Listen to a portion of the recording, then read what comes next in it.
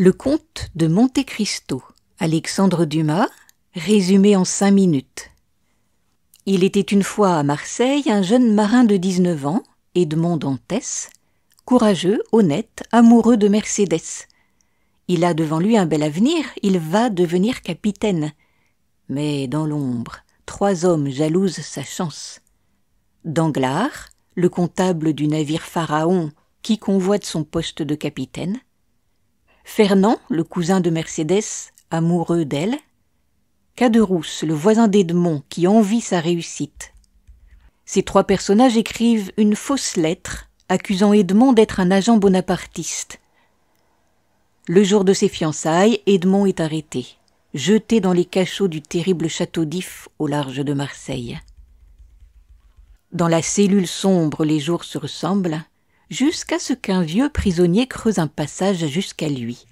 C'est l'abbé Faria, un homme savant qui devient son ami et lui apprend les langues, les sciences, et surtout, il lui parle d'un trésor caché sur l'île de Monte Cristo. Mais Faria meurt avant de s'évader. Edmond prend sa place dans le sac mortuaire et, jeté à la mer, il gagne la liberté. Sur l'île de Monte Cristo, Edmond trouve le trésor. Coffre rempli d'or, de bijoux, de pierres précieuses. Il se fabrique alors une nouvelle identité. Le comte de Monte Cristo, un homme mystérieux et immensément riche. Mais dans son cœur, il n'a pas oublié. Il veut se venger. À Paris, il retrouve ses ennemis, Fernand devenu comte de Morcerf, Danglars banquier puissant, Caderousse toujours cupide. Avec patience et ruse, Edmond dévoile leurs crimes passés. Fernand déshonoré se donne la mort, Danglars perd toute sa fortune, Caderousse meurt dans une tentative de vol. Chaque coup est précis, calculé, comme la lame d'un sabre. Mais la vengeance a un prix, elle abîme aussi celui qui la porte. Edmond comprend qu'il doit arrêter, surtout en voyant des innocents souffrir dans cette guerre secrète.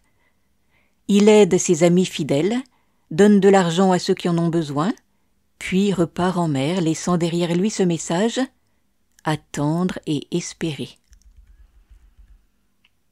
Le comte de Monte Cristo, c'est l'histoire d'un homme détruit par l'injustice, qui renaît plus fort que jamais. Mais c'est aussi un conte sur le danger de vivre uniquement pour se venger. On peut y perdre son âme, à moins de s'arrêter à temps. Si cet audio vous a plu, merci de cliquer sur le pouce. Vous pouvez retrouver Histoire et Poésie sur ma chaîne Entendre lire.